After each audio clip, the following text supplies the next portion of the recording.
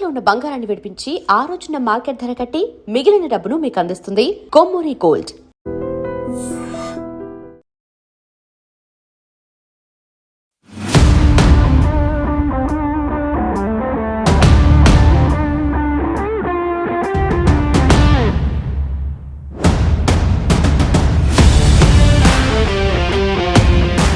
Hello viewers, welcome to I dream media.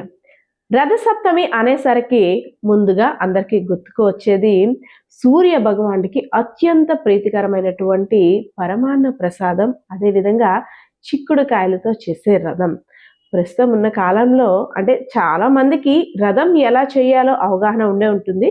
అయితే కొంతమందికి తీరిక లేకపోవచ్చు, ఆ రథం చేసే ప్రొసీజర్ ఎలాగో తెలియకపోవచ్చు. సో అలాంటి వారి కోసం ఒక మంచి వీడియోతో అయితే మీ ముందుకు వచ్చేస్తున్నాం. అదేవిధంగా ఆధ్యాత్మికతవేత్త అయినటువంటి సిరిపరుపు ఆదిలక్ష్మి గారు కూడా సూర్య భగవానుడికి అత్యంత ప్రీతికరమైనటువంటి చిక్కుడుకాయలతో చేసే రథాన్ని మనకి చూపించడానికి రెడీగా ఉన్నారు. అమ్మా నమస్తే. అమ్మా నమస్తే అమ్మా. రథ సప్తమి వేడుకలు అనేసరికి అసలు అంటే మాఘమాసం వచ్చిందంటే చాలు ఫస్ట్ గా ఆ సూర్య భగవానుడికి అత్యంత ప్రీతికరమైనటువంటి రథ సప్తమి నాడు స్వామి వారికి చేసే ప్రసాదం కావచ్చు, రథం కావచ్చు, అంటే ఒక్కొక్క దానికి ఒక్కొక్క విశిష్టత ఉంది. రథం అనేసరికి చాలా మంది అంటే ముగ్గులు వేసేయడం ఈజీ గానీ ఈ చిక్కుడుకాయలతో రథం చేయడం 50% వచ్చి ఉంటుంది పాత తరం వాళ్ళకి. నేటి యుగానికి కూడా తెలియాలి. చిక్కుడుకాయ రథం అనేది కష్టమైతే కాదు, ఒక 2 సార్లు తెలిసిపోతుంది. అసలు మన ప్రతి పండగ కూడా ప్రకృతికి అనుసంధానంగా మనకి ఈ కాలానికి అనుగుణంగా సైంటిఫిక్ రీజన్స్ తో మన పండగలన్నీ కూడా ముడిపడి ఉంటాయన్నమాట. ఈ కాలంలో దొరికే చిక్కుడుకాయలతో చక్కటి రథాన్ని చేసి ఆ రథంలో స్వామివారే మనకి ఈరోజు స్వామివారి పుట్టినరోజుగా కూడా భావిస్తారు. రథసప్తమి అనగా స్వామివారి పుట్టినరోజుగా భావిస్తారు. ఆ రథంలో స్వామివారిని మనం తీసుకొచ్చి కొలువు చేసుకున్నట్టుగా మనం భావన చేసుకొని ఈ పూజ అనేది కొనసాగించుకోవడం మన సాంప్రదాయం. దానిలో చిక్కుడు ఆకులు అసలు ఆ పూజ కూడా ఏం అక్కర్లేదు. చిక్కుడు ఆకులు, చిక్కుడు కాయలు, రేగ్గాయలు అన్నీ కూడా ఏది చేసినా 7 తీసుకుంటాం. ఎందుకంటే సప్తస్వర రథాలు మీద స్వామి ఉంటారు కాబట్టి అన్ని 7 సంఖ్యలోనే మనం అన్ని తీసుకొని ఈ రథాన్ని చేసేద్దాం. అమ్మా నాకు ఒక డౌట్, చిక్కుడుకాయలతోటి ఎందుకు చేయాలి? చాలా వెజిటబుల్స్ ఉంటాయి, అన్ని కలగలిపి చేయొచ్చు, లేదంటే వంకాయలు ఉంటాయి, అవి కూడా పిక్స్ కూర్చోడానికి ఈజీగానే ఉంటాయి. కానీ ఎందుకు చిక్కుడుకాయలు మాత్రమే చెయ్యాలి? ఎందుకంటే చిక్కుడు అంటే మన ఆహారం కూడా ఒక ఔషధమే.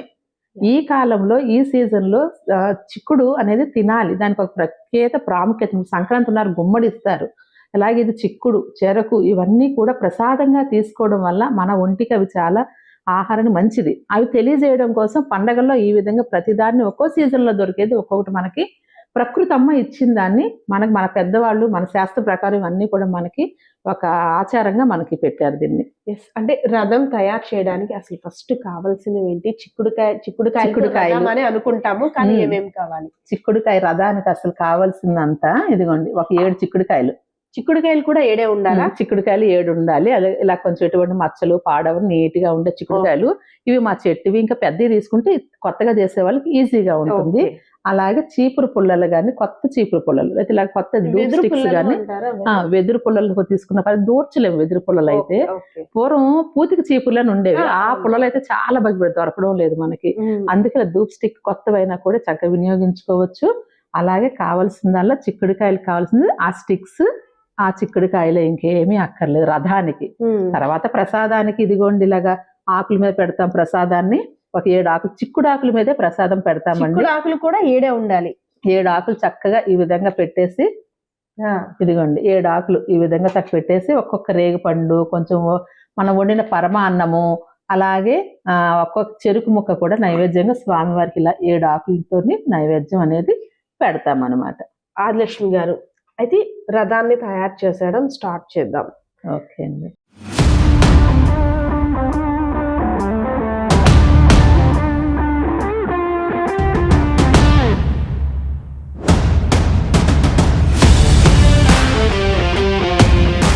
రథం చేయడానికి కావాల్సినవి చక్కగా 7 చిక్కుడుకాయలు తీసుకున్నాం కదా. ముందుగా ఇలా హోల్స్ పెట్టుకుంటే మనకి స్టిక్ గుచ్చడానికి ఈజీగా ఉంటుంది. ఓకే. ఇంకా పెద్ద చిక్కుళ్ళు అయితే ఇంకా పెద్ద రథం వస్తుంది అనమాట. ఓకే ఏంటంటే నేను మా పెరట్లో పండిన చిక్కుళ్ళతోనే చెయ్యాలి అనేసి నేను ఈ విధంగా అయితే చేస్తున్నాను. ఓకే. చిన్న రథం ముద్దుగా వస్తుంది, ఏముంది. ఒక స్పెషల్ ఇంట్రెస్ట్ కదండి రథసప్తమి అనేసి. అసలు పాలు పొంగించడం, సూర్య భగవానికి పూజలు చేయడం, ఆ ప్రసాదం కూడా అసలు ఎంత అద్భుతం. టేస్టీగా ఆ ప్రసాదాన్ని ఎలా చేస్తారంటే చక్కగా ఆవు పిడకలు, కొత్త కుండ తెచ్చి ఆవు పిడకలు తెచ్చి చక్కగా ఎండలో బయట తులసి కోట దగ్గర గాని ఇలాగ బయట ఆరు బయట ఆ ఉదయించిన సూర్యుని ఎదురు గాని ఇవన్నీ కూడా చేసి చక్కగా నార్మల్ గా ఎప్పుడు పరమాన్నాన్ని చేస్తాం కానీ అంత టేస్ట్ రాదు. కానీ ఎందుకో రథసప్తమి నాడు చేసే పరమాన్నానికి మాత్రం చాలా టేస్టీగా ఉంటుంది. ఆ పరమాన్నం ఎందుకు టేస్టీగా ఉంటుందంటే మనం చక్కగా దాన్ని ఏంటంటే బియ్యం కడగము. ఓకే, కడగకూడదా? కడగకూడదు. బియ్యం కడగకుండా చక్కగా వాటికి నెయ్యి కలిపి మరిగిన పాలల్లో, కుండలో మరిగిన పాలల్లో, ఆవు పిడకల మీద మరిగిన పాలల్లో ఇది వేస్తాం కాబట్టి అద్భుతమైన టేస్ట్ వస్తుంది అనమాట. ఓకే. ఆవు పిడకలు కూడా ఇన్నాళ్ళు అంటే కారు పిడకలు అనేవారు. ఎద్దు ఆవు గాని ఎద్దు గాని ఏవి మట్టని పిడకలు ఉంటాయి కదా, అవి అనేవారు. బట్ ఇప్పుడు దొరకక స్టవ్స్ మీదే, గ్యాస్ స్టవ్ మీదే. మరి ఏం చేస్తాం, మరి సిటీస్ లో ఉన్న వాళ్ళకి రథసప్తమి అసలు పూర్తిగా ఇవన్నీ లేవు కదా అని మానేయకుండా అది కూడా ఒక ఉపాయం ఉందండి. చక్కగా ఇత్తడి గిన్నెలో చక్కగా మనం దాన్ని చేసి స్వామివారికి నైవేద్యం చేసుకోవచ్చు. ఇది పెద్ద ప్రొసీజర్ కూడా కాదు. ఇలాంటివన్నీ మనం చేయడం వల్ల మన ఇంట్లో పిల్లలకు తెలిసి నెక్స్ట్ తరానికి కూడా ఇదొకటి ఉంది అని తెలుస్తుంది అనమాట. 4 చిక్కుడుకాయలు ఈ విధంగా పెట్టాము చక్కగాను. ఈ 4, ఈ 3 చిక్కుడుకాయలు 7 తీసుకున్నాం కదా, ధూప్ స్టిక్ కరెక్ట్ మెజర్మెంట్స్ తో కరెక్ట్ గా వస్తుంది అనమాట. ఇప్పుడు దీన్ని ఈ విధంగా ఇక్కడ స్టిక్ చేస్తాము.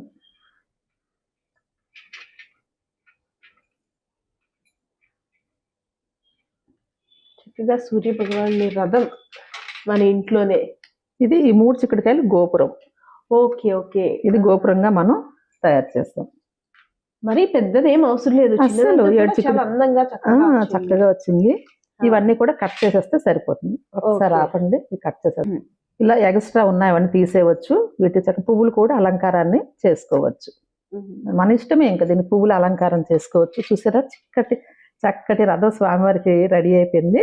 దీన్ని చక్కగా మనం ఏంటంటే ఇలాగా ముందు మనం ఏది చేసినా కూడా పసుపు కుంకుమతో బొట్లు పెడతాం కదా, శుభానికి సూచిక కాబట్టి ఇలా 7 బొట్లు పెడతాం అనమాట. ఓకే.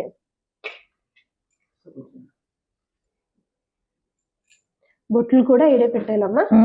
అన్ని ఏది చేసినా ఈ రోజు 7 రథసప్తమి రోజు మాత్రం 7 ఉండాలి. నైవేద్యాలు, చిక్కుడుకాయలు, బొట్టు పెట్టిన ఏది చేసినా కూడా 7 ఉంటాయి అన్నమాట.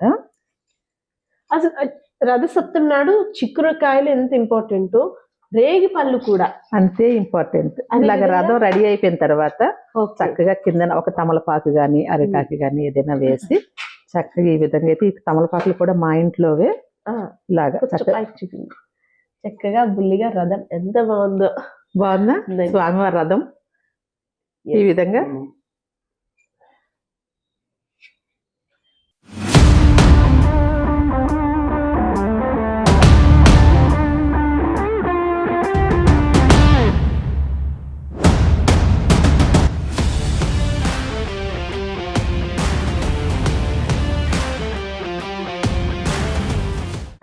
ఎందుకు రేగికాయలు కూడా అంతే ఇంపార్టెంట్? అసలు ఈ రేగికాయలు అంటే అసలు రథసప్తమి గురించి చెప్పాలంటే ఉదయం స్నానం దగ్గర నుంచి నైవేద్యం వరకు కూడా ఒక చరిత్ర ఉంది.